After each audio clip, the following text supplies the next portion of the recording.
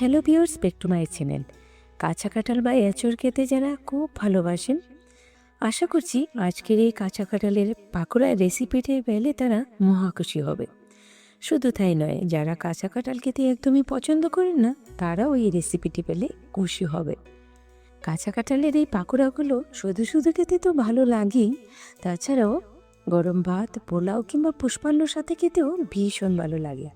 আশা করছি রেসিপিটি ভিউয়ার্স আপনাদের ভালো লাগবে, আর ভালো লাগলে ফ্রেন্ডদের সাথেও শেয়ার করতে পারেন। তাহলে দেখা যাক কীভাবে তৈরি করব। কাঁচা কাঁঠালের পাকোড়া তৈরি করার জন্য আমি এখানে কাঁচা কাঁঠালের উপরে খোসাটা ফেলে ভালো করে ধুয়ে বড় বড় টুকরো করে কেটে নিয়েছি। এগুলিকে এখন সিদ্ধ দিয়ে নেব।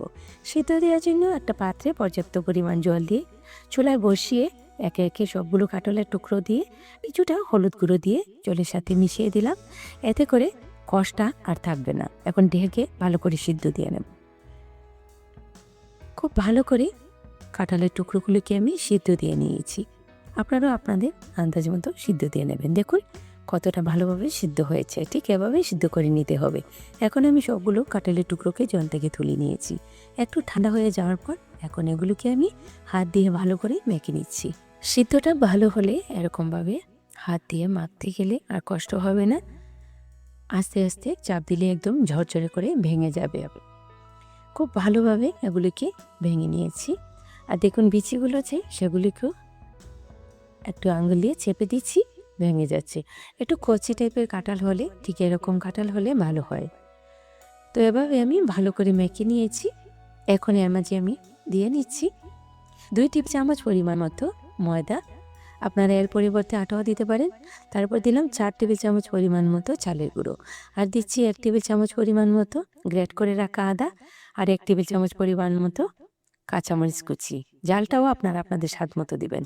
দিয়ে নিচ্ছি আধা চা চামচ হলুদ গুঁড়ো, আধা চা চামচ ধনে গুঁড়ো, সামান্য ঝালমরিচ গুঁড়ো, 1 চা চামচ ভাজা জিরে গুঁড়ো, আধা চা চামচ গরম মশলা গুঁড়ো, স্বাদ মতো লবণ।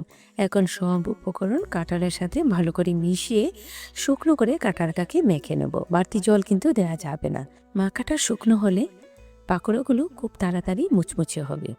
তো আমি খুব ভালোভাবে হাত দিয়ে একদম চটকে চটকে মেখে নিলাম। দেখুন একদম শুকনো করে মেখেছি। তো শেষ পর্যায়ে দিয়ে দিচ্ছি আধা কাপ পরিমাণ মতো ভাজা চিনেবাদাম। বাদামগুলোকে ভেজে আমি একটু গুঁড়ো করে নিয়েছি।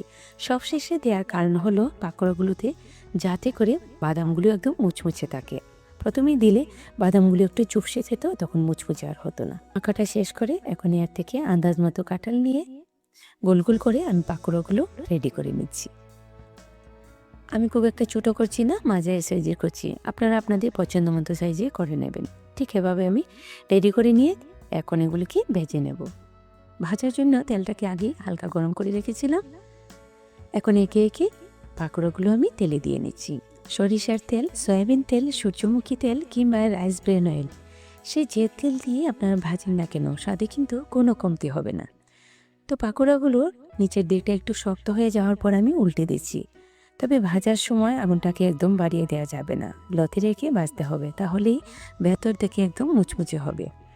দুদিকেই উল্টে পাল্টে আমি একদম লাল করে পাকোড়াগুলোকে ভেজে নিচ্ছি। কয়েকবার উল্টে পাল্টে লাল করে ভেজে আমি এগুলিকে এখন আমি তেল থেকে তুলে নেব। বাকিগুলোকেও একইভাবে ভেজে নেব। তো ভিউয়ার্স, আশা করছি পাকোড়াগুলো দেখে আপনারা বুঝতে পারছেন কতটা মজাদার হবে। সত্যি এই পাকোড়াগুলো খেতে ভীষণ মজার হয়। কাঁচা কাঁঠাল শরীরের জন্য কতটা উপকারী সেটা কম বেশি সবারই জানা আছে। তারপরও কেউ যদি কাঁচা কাঁঠাল খেতে একদমই পছন্দ করে না, তারাও এই রেসিপিটি খেলে তাদের মুখে স্বাদ লেগে থাকবে। আর যারা পছন্দ করে তাদের জন্য তো কথাই নেই। আর এই রেসিপিটি পেলে পরিবারের ছোট বড় সবাই খুব খুশি হবে। তাহলে বিদায় নিচ্ছি, সবাই খুব ভালো থাকবেন। আর যারা আমার চ্যানেলটিকে এখনো সাবস্ক্রাইব করেনি তারা প্লিজ চ্যানেলটিকে সাবস্ক্রাইব করে নেবেন।